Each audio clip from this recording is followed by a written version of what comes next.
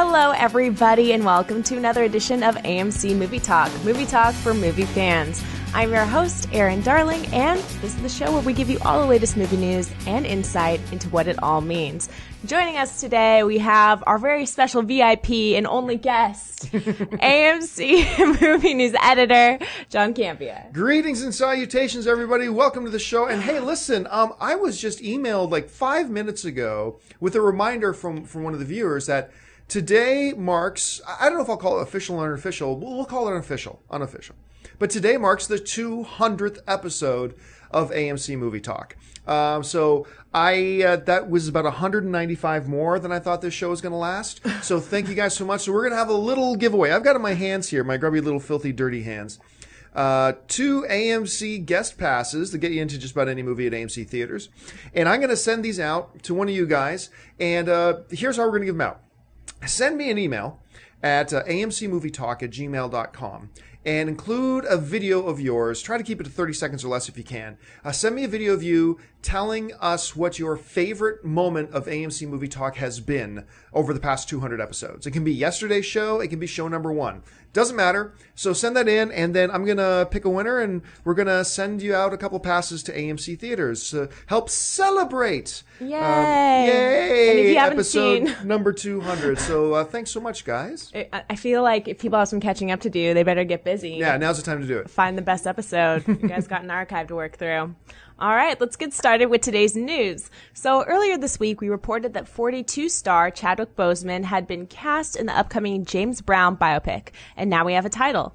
It's being reported that the upcoming Universal film will be called Get On Up. The film will be helmed by Tate Taylor, who directed 2011's The Help to 4 Academy Award nominations and includes Rolling Stones frontman Mick Jagger on its list of producers. So, John, what do you think of this title, Get On Up? I like it. No. I really like it. It's funny because just before the show started, we were sitting back here talking, and Aaron was saying, man, you see this title, Get On Up? And I'm like, I love it. And here's why I love it. To me, if you're going to do a biopic, something like that, you take a phrase. Don't just call it James Brown. Although the title James Brown would have been fine too. But I mean, get a couple of words, give me a phrase of something that really encapsulates not only something very popular about the person, but something that kind of epitomizes the person. And to me, Get On Up, I mean, that just sounds like it's energetic. It sounds like it's got pop. You say that phrase, and I instantly think of James Brown or a poorly made porno movie. But mostly I think of James Brown, and I think it sounds great. I like the title personally, but Erin, I know you don't. Why? I don't, but here's my thing about it. I don't enjoy that title. I think it's just a little bit corny, but at the same time, I don't really have any better alternatives to offer that I think would be a better fit. Like you said, James Brown and keeping the name in the title would be a good movie, I guess, but I don't know. It's hard for me to imagine what they would call the movie. So maybe Get On Up is better than I initially thought. But initially I was like, no way. I like it. All right. All right. Our second story of the day is the girl from the Dragon Tattoo star, Rooney Mara, has reportedly replaced actress Mia Wasikowska in the upcoming film Carol. Mara will star opposite Cate Blanchett. And Carol will be based on the 1952 novella The Price of Salt, which tells the story of a lesbian romance in the 50s. The rather unprecedented homosexual love story for the time in which it was written follows the relationship between 2 very different women in the 1950s in New York, a 20-year-old girl working a department store and a rich wife trapped in a bad marriage trying to break free. So, John, do you think that Mara is a good replacement for this movie? Yeah, I do. I've been fascinated by this movie ever since I heard about it. I think we first talked about it on AMC Movie Talk, maybe back in episode, 100 or something like that. And here's why this fascinates me. I think if you were to put out this movie today, if you were to write this story, make it up, and put out the movie today, it's a little controversial. I mean, it shouldn't be because of the way we are in our society now, but I think today there would still be a little bit of controversy with it. This book was written in the 50s. Mm-hmm. In the 50s. I can't even imagine the type of bravery it took to write a story like this and publish a story like this in the 50s. I can't even imagine putting this out in the 80s.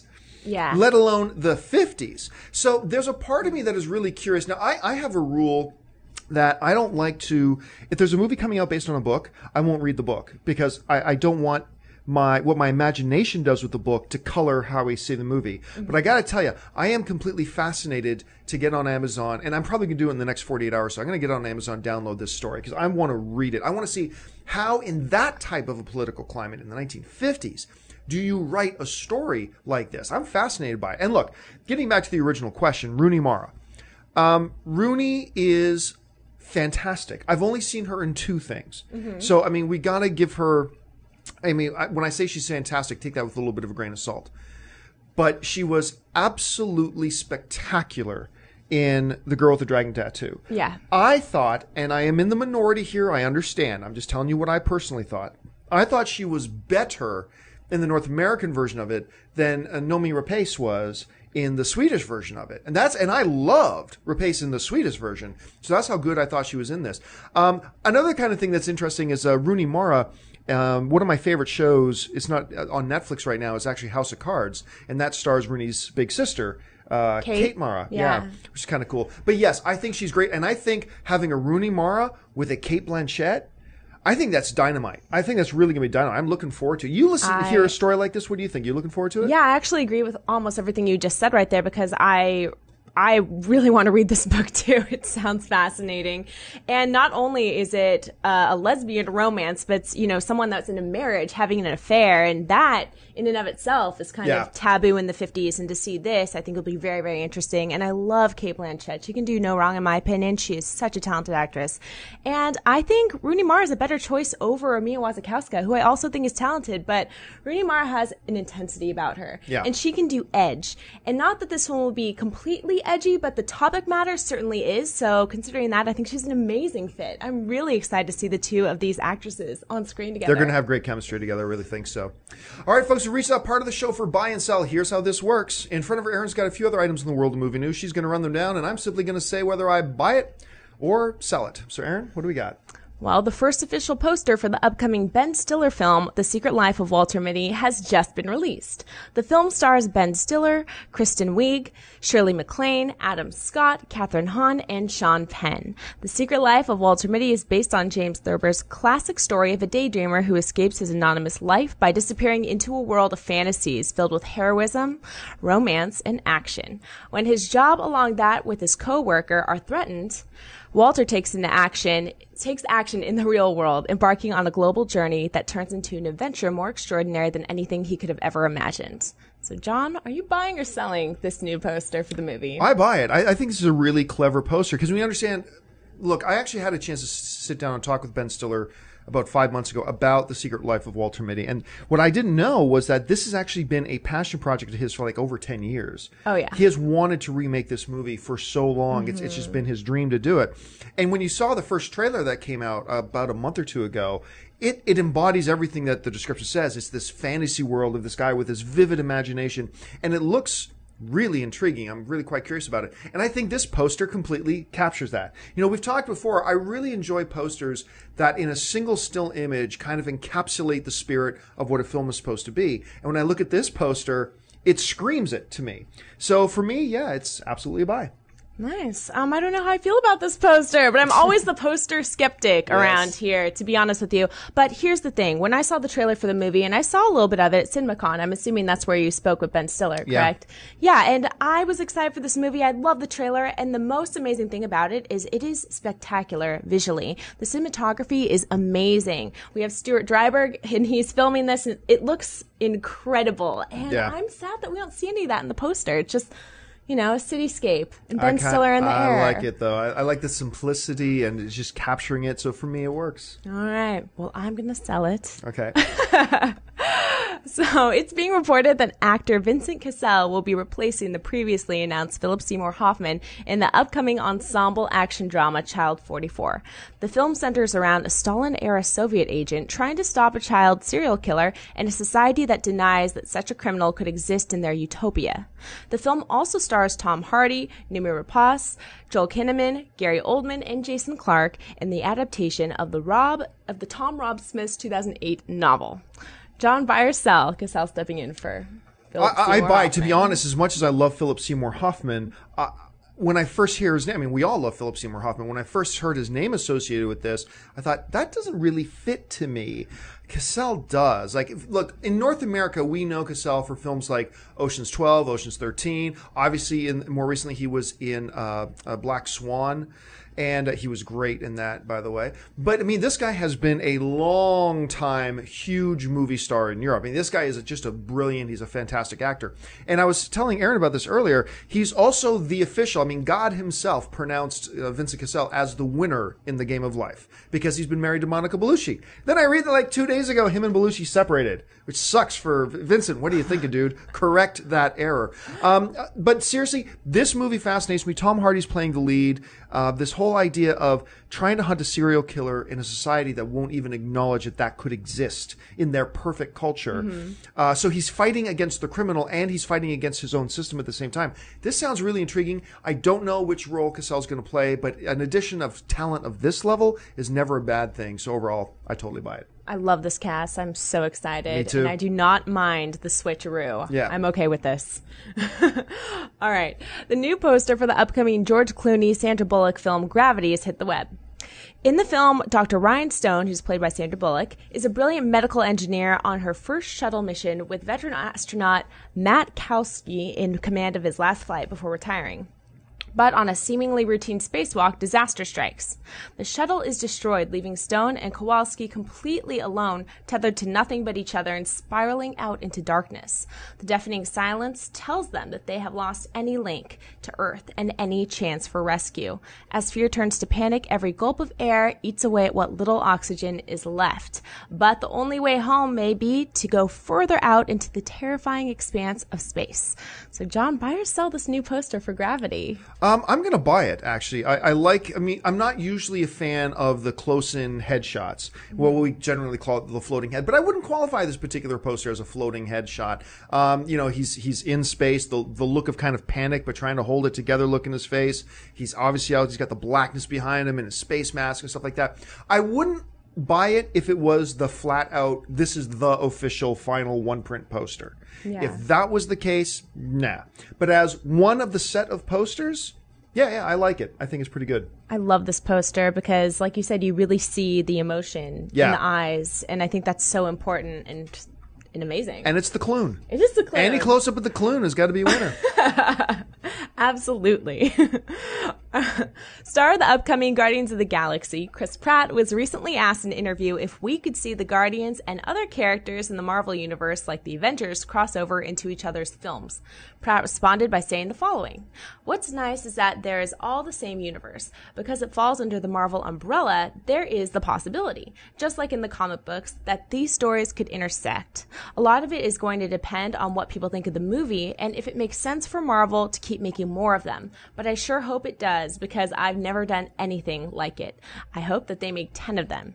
So, John, buy or sell that we'll see some crossover with Avengers and Guardians of the Galaxy? Despite any denials that we may hear from Marvel about, Guardians of the Galaxy is really more of a standalone film, blah, blah. Yeah. Okay. They created this Marvel Cinematic Universe to be a shared universe. Now, I don't think we're going to see Iron Man flying into a space battle with Guardians of the Galaxy. I don't think Captain America is going to swoop in with his vibranium shield at the last second to save Rocket Raccoon. I don't think that's going to happen. But on some level, in some way, there will be references to the heroes of Earth, I believe. In some level, in some way, I believe Thanos is going to be there. No one's been talking about Thanos, and I believe he will show up and play a role, whether it's just as a puppet master pulling the strings, which is probably going to be the case, or whether it's something closer near the end of the film.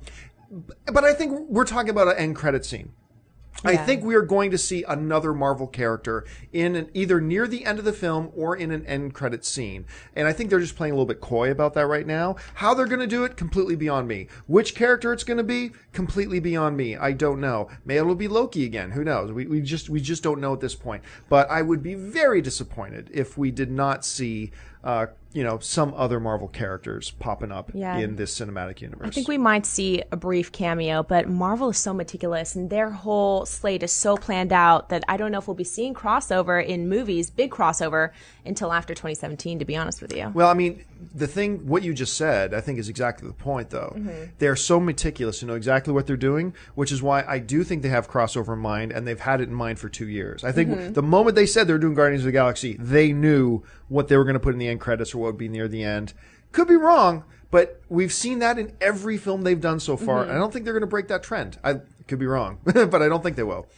All right, folks, we reached out part of the show for mailbag. Listen, if you've got a topic or a question you would like us to address on the show, you can email us anytime at amcmovietalk@gmail.com. Send on in your questions. Every day we get to a couple of them. Right now, Aaron's got a few messages pulled out of the mailbag. So, Aaron, what do we got?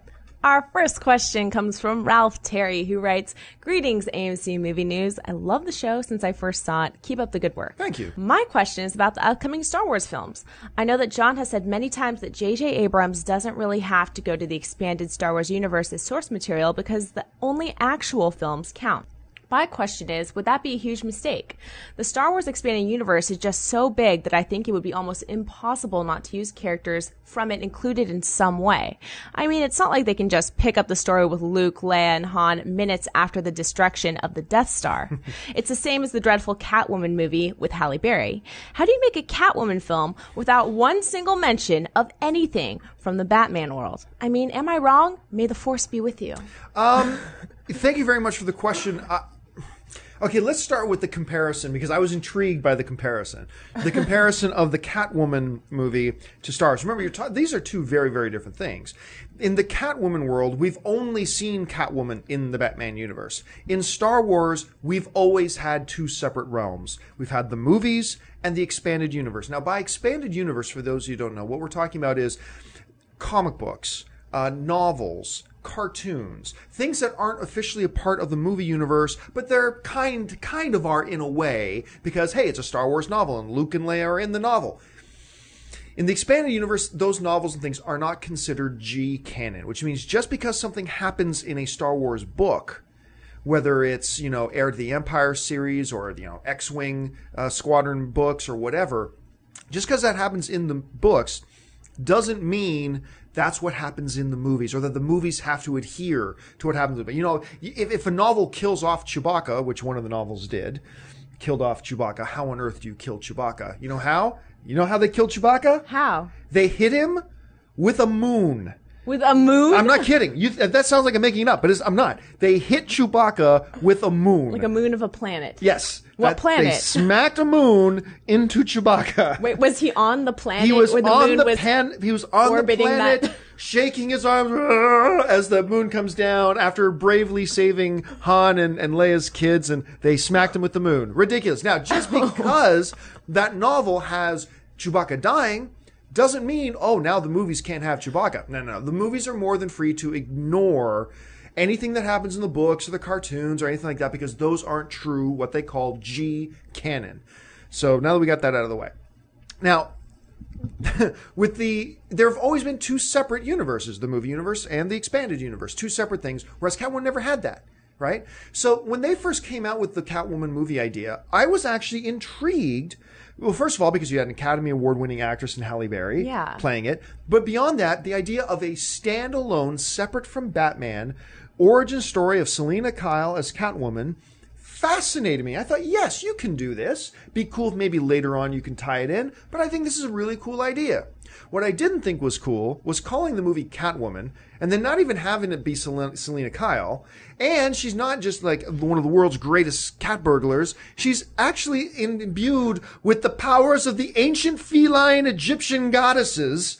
Look, there were a lot of problems with Catwoman. The fact that it didn't have Batman in it or any of the characters wasn't really one of the big problems.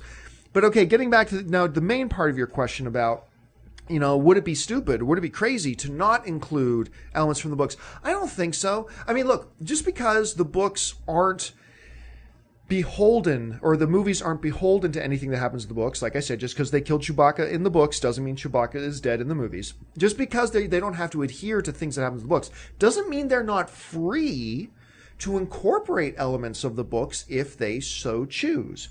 Mara Jade is a very popular character in the expanded universe. Just because the books don't need to use her doesn't mean, or the movies don't need to use her, doesn't mean that J.J. Abrams and crew aren't free to use her if they so choose. It's all about what will fit the story that JJ is trying to tell best.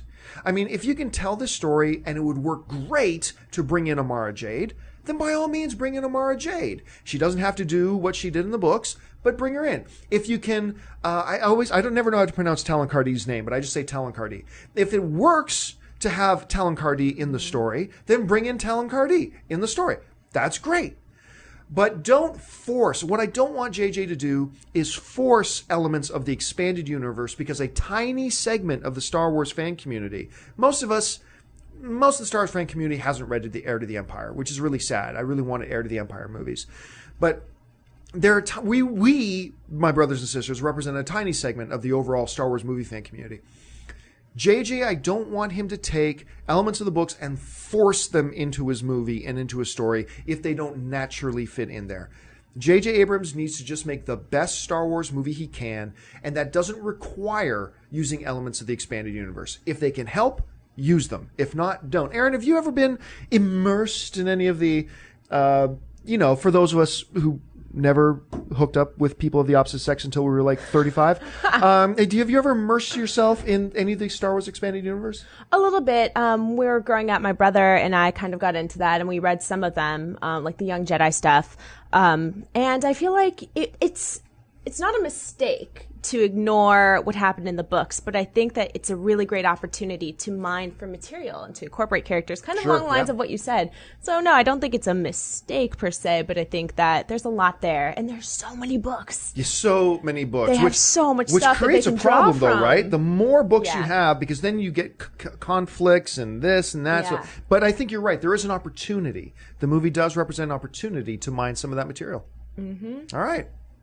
Our next question comes from Charles Scoggins, who writes, "Hello, AMC Movie Talk crew. You guys are by far the best movie review site on the planet." Woo-hoo. Just the planet, though? Just the planet, oh, come not on. the expanded Come on, Charles. universe. And Crystal Lee is an absolute doll. Recently, we'll pass that on. Recently, I was surfing the old interweb and came across a site that stated Nathan Fillion was trying to buy the rights to Firefly/Serenity from Joss Whedon, but he put a stop to that from happening. First off, is this rumor true? And do you think that Joss didn't want to let go of the rights to Firefly/Serenity because he might have made a deal for it, like the one John thinks Ben Affleck made with WB about starring as Batman for a few of Ben's passion projects, with Disney to direct a few Avengers/Marvel movies in exchange for a few passion projects such as Serenity and Firefly? And that was such a long sentence. Also, with Joss Whedon's popularity, more people might be interested this go around. Thanks, guys, and keep doing a great job. Okay, a couple of things to address here. First of all, Nathan Fillion once kind of off the cuff. This is going back about 2 years ago. I believe it was in 2011. Nathan Fillion made an off-the-cuff remark saying, "Man, if I won the lottery, I'd love to buy the rights to Firefly and Serenity and make sure we keep making them." So then what happened was some absolutely beautifully psychotic fans of Firefly and Serenity, I love this, immediately jumped on that and said, let's start a fundraising campaign to raise $30 million or whatever that we can give to Nathan Fillion so he can buy the rights to Firefly and continue making Firefly shows or movies or whatever. So it was always based on something that Nathan Fillion was never really serious about in the first place. So, okay, now what happens is, fast forward a couple of days, Joss Whedon's sister-in-law hops on Twitter and puts out a tweet that basically says, look, just so you know, nobody associated with Firefly is in support of this campaign. Yeah. And then they shut the campaign down. So there was, number one, there was never a serious effort by Nathan Fillion to actually acquire the rights to Firefly. But here's the bigger part of this. Joss Whedon doesn't own the rights to Firefly. The rights to Firefly belong to Fox. And I think there's a lot of film fans quite often that we associate, Steven Spielberg made this movie, therefore it's owned by Steven Spielberg. No, the studio paid for it, and they paid Steven Spielberg to direct it, and it belongs to the studio. There are some exceptions to that, where maybe a filmmaker actually is the intellectual property rights owner to a particular movie. That is, George Lucas is a great example of that. So there's definitely situations like that. Joss Whedon didn't pay for Firefly, and he didn't pay for Serenity. Fox did. Universal, I believe, paid for Serenity. So the rights don't belong to Joss Whedon. It's not like Joss Whedon jumped in and said, no, I don't want Nathan Fillion to own the rights to this. No, it was never his to own. He just said, look, Joss Whedon has always said that he's just never for, fans getting their hands on it. and owning it and then being in control, because that would just tear it apart. Then you got a million different fans with a million different opinions and ideas going in different directions. It would just be terrible. So no. And, maybe Joss Whedon, who does not own the rights to Firefly, but I've said my hope for a long time has been that with his panache getting so big and the amount of leverage he's getting in Hollywood, especially if Avengers 2 is not even a bigger hit, just as big of a hit as the first Avengers, I think a lot of studios will let him do just about whatever he wants to do. Oh, yeah. And like if Avengers 2 makes $2 billion worldwide, I have a hard time imagining Fox saying no. If a Joss Whedon went back to them and said, I want to make another Serenity movie. Yeah. Or to Universal and saying, I want to make another Serenity movie. I have a hard time believing they will say no, but they'll put in there, but Joss, you also have to agree to direct 3 other films for us, and we'll pay for Serenity. It's all going to be whether Joss really wants to move backwards now and do that. Personally, I don't think he does.